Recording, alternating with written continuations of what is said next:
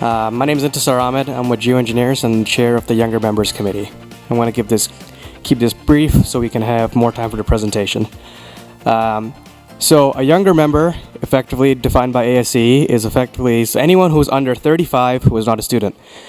In simple terms, if your name tag says you're a younger member, you're a younger member. If it doesn't, sorry. Our committee is serving younger members within the GI by giving them opportunities to engage within the GI. While we serve younger members, anyone is welcome to join the Younger Members Committee. So if you've seen me around and you want to get involved, please say hi. To introduce our technical session, the Younger Members technical session started at Geotechnical Frontiers last year. It was repeated at Geo Extreme, and this is our third iteration here at Geo-Congress. This competition is one where it's intended to create a low barrier to entry to Geo-Congress presentations for younger members. Participants submit an abstract to our committee that's generally about a project that they've worked on, so it tends to be more practice-oriented. And there's no paper or poster presentation required or expected. The selected delegates come to Geo-Congress or the conference and present at the session in front of a panel of judges who select a winner to present at a plenary session in the following morning, like today. So a few acknowledgements. The esteemed judges this year were board members Helen Robinson and Nick Hudema, in addition to Bina Ajmera and Eric Jensen. And I'd like to acknowledge the hard work of Santiago Granada of GEI for planning this younger member session as well as Geo Extreme. They did a great job and we really appreciate their help. Without further ado, I'd like to introduce our winner.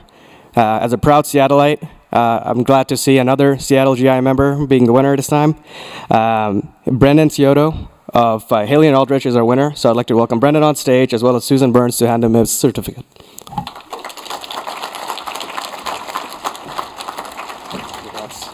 Take a photo right here. Yeah.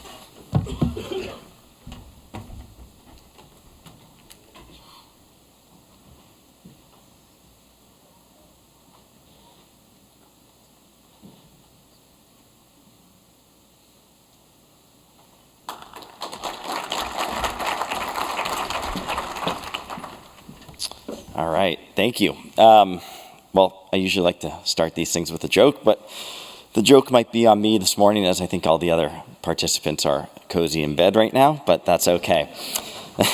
So I'll try to entertain you for the next few minutes to talk about big buildings on soft ground. Oop, that's connected. There we go. Am I there? Oh, there we go. Perfect. Oh, it was delayed. All right. So, overview of what we'll talk about today. We'll review the project. We'll talk about the site history, some interesting subsurface conditions, unique ways we handled those subsurface conditions, highlighting a very cool way we monitored site settlements, and then we'll talk about some next phases of the project.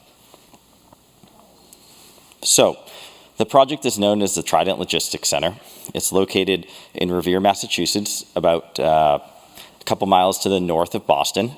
It's about a mile or so from Boston Logan Airport, so an ideal location for an urban industrial park and intermodal warehouse facilities. The project is spread across about 50 acres, so quite a large site, and consists of 3 buildings, phases 1, 2, and 3. Phase 1 is just finishing construction right now and is about 360,000 square feet, which is equal to about 7 football fields, so quite a large site and plan area. And then phases 2 and 3 are in the middle of design, and we're working through those. So let's take ourselves back in history here and really understand the site history, because it makes this project really interesting and unique from a geotechnical perspective. So we start as an estuary, Julie. Unfortunately, we fill in that estuary in about the 1930s, so apologies for that. And turned it into a tank farm, so a good use of space. And that was about the 1930s, and then we continue filling in the site through about the 1970s and building tank farms and things like that, in different sizes, vintages, everything under the sun out there. So important to note, phase 3 never had any tanks on the site. It was simply fueling racks, and tanker trucks would come, fill up with fuel, and head out. And then we end up with this 360,000 square foot warehouse building with my photo on the right here, and that was taken just a couple days ago. So pretty close to the completion of construction here. And so now I want to talk about how we go from a warehouse, or from a marsh to tank farm to a warehouse that I just showed. And it's important to understand the site conditions out here. So they're quite variable. As you're looking at this subsurface profile up here, you can see lots of pretty colors, but we have variable amounts of fill on site. We have a cohesive estuarine deposit, which is really our troublemaker out there. It's pretty consistent throughout the site. It's weight of hammer, weight of rod, silt, clay, organic material, highly compressible. We love it as geotechnical engineers, but everyone else hates it. Below that, we have our cohesionless estuarine deposit, which is actually pretty good. It's a medium dense silty sand deposit. Below that, we have marine clay. It's a Boston blue clay. Quite variable throughout the site, especially in phase one. Really intermittent, and the thickness was not too great. But you can see on the left side of the screen that phase two had quite a significant amount of marine clay. And so we'll talk about that a bit later. And then the glacial soils, just you kind of go down this orange water slide from right to left across your screen. Groundwater is tidally influenced at the site. It varies, but we're within a MAP FEMA flood zone with a flood elevation of 13. So that's an important number to keep in mind. I really like this plot here, or this figure, contour map, heat map, whatever you want to call it. It shows the elevation of topoglacial soils and how it varies across the site. The cool colors, the blues and the greens, are about 30 to 60 feet below ground surface. And then the dark reds and oranges are 70 to 100 plus feet. So quite a bit of variability across the site. And just for reference, the distance between phase one and phase two is about 600 feet. So now that we understand the subsurface conditions, let's talk about the site conditions and what's planned, what's existing. So existing site grades vary mainly between about elevations 5 and 8. And they're locally up to about 15, but that's really just within the bermed areas around the tanks. The finished site grades are between about elevation 8 and 13, which results universally across the site with maybe 5 to 8 feet of grade raise. So you probably can see where we're going with this as geotechnical engineers. Finished floor elevations at phase 1 and 2 are 13.5, 15.5 at phase 3, just because of the proximity in flood elevations.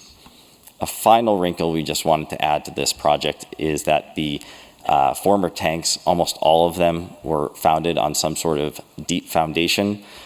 Phase 1 had timber piles with reinforced concrete mat on top, and then the phase 2 building or tanks were supported on Raymond concrete piles. So we dug a handful of test pits, or actually more than a handful, but several test pits on the site to take a look at the existing timber foundations.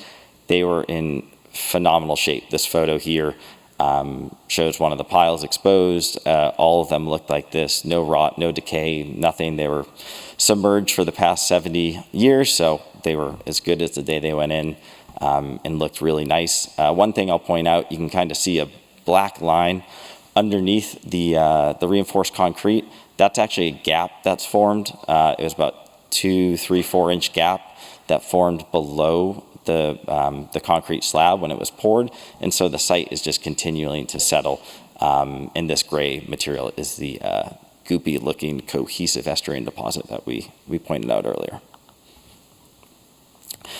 So our main concern at phase 1 is the consolidation of the cohesive estuarine deposits, and it's going to cause warehouse settlement, down drag on foundations, long-term site impacts. You can see, or we saw on the site next door, they had to repave their parking lot several times and just had a terrible time due to raising their grade and not actually dealing with it. So our geotechnical design consisted of supporting the building, columns and slab support on rigid inclusion ground improvement. The depth of the elements varied between about 30 and 60 feet. We actually had 2 types bearing in both the glacial soils and the cohesionless estuarine deposits, depending on their loading. They were spaced between 7.5 and 11 feet on center. there was almost 9,400 elements, so a lot of ground improvement went into this site. And then for the site and to mitigate site impacts, we implemented a preload surcharge program with wick drains, and we had wicks spaced about 4 to 5 feet on center, 2 to 4 feet, feet of surcharge above final grades, and we installed just over 31,000 wicks. So our field staff were quite busy out there. And so now we have this massive site. We have a preload surcharge program going on. We're estimating 12 to 24 inches of settlement. The first day we put on the preload surcharge, the next day the contractor is asking if we can take it off, even though we told them it's going to take months. But here we go. So we measured settlement in 2 different ways. The first way you can see on the left is just with traditional settlement platforms and ground crew survey, so discrete points across the site. The second way we did it was with UAS, or unmanned aerial systems, or a drone equipped with LiDAR change detection. And you can see you get a full picture of the entire site and and how the site's behaving. So on the figure on the right, you can see green is positive change detection or site filling, red's negative change detection or settlement of the site. And this period in August, we were raising the grade on the left side of the photo, and we had previously installed wick drains in our surcharge, and we're starting to see settlement. The scale is about positive 4 to minus 4 inches, just for reference. So how did it work? Well, sometimes good, sometimes not so good. I'm highlighting a good example and a bad example here. This is a measurement of the elevation of ground surface adjacent to a settlement platform. So at platform 9, our data matched up really well, just plotted right on top of each other. At platform 11, the trends were similar, but we were off by about 6 inches. So some of the platforms were good, some of the platforms and points didn't match up at all, but that's okay. We were learning as we went here. Here's an example of how it performed actually really well when it came to measuring site settlements. So on the left is our ground survey between the beginning of October and the beginning of December. We measured about 2 inches of settlement. And then with our LiDAR scanning and change detection, we measured the scale is 4 to minus 4. We're not in those deep reds. I promise you, if you believe me and you look at that contour line, it's actually a -2 contour. So we plotted almost right on top of each other there. So that was really cool to see. Some fun things we picked up on the site were some temporary features. Here's a ground improvement rig getting ready to install some aggregate piers on top of the existing tank foundations. And we highlighted that when we caught that on our survey. So pretty cool there. You can see the outline of the former tanks. That it's not settling. It's showing you 0 change detection, which is great. We didn't want to see those move at all, which they didn't. And we also measured heave of the ground within the building footprint, which was really cool because we're putting in all these rigid inclusion displacement elements, and we always talk about heaving the ground, and we were actually able to measure that. About 1 inch or 2 a heave happened after installation. The final thing with doing this UAS and drone surveys is that we have some awesome photos. So we see this is phase 1 in the foreground here with the foundations installed. We have phase 2 in the background with the tank being ripped down, which is kind of cool, and the Boston skyline in the background, which is really neat. So looking ahead to phase 2, we have some different challenges here. We have a much thicker deposit of marine clay, which we showed earlier, but here's a little bit zoomed in snip of that. So it's about 40 or so feet of marine clay. It's compressible under the grade raise, 5 to 8 feet of grade raise, and we're showing about 4 to 6 inches of settlement based on our preliminary modeling. So significantly deeper ground improvement. We have to get to that orange layer to get suitable bearing. So we just completed 4 full-scale load tests on site with rigid inclusions. We proved out that we can successfully install the rigid inclusions to that depth, and now we're reviewing the load test data. So I encourage you to stay tuned. Maybe next year in Philly, when I'm not so young, we'll be able to talk about phase 2 and how it worked. So with that, I wanted to thank you and acknowledge some of our project partners. Saracen and Link were the owners and the developers of the site and our direct clients. Keller installed all 31,000 wick drains. Helical installed all 9,400 rigid inclusion elements, and with GeoPure's help of designing those, Gilbane was the general contractor.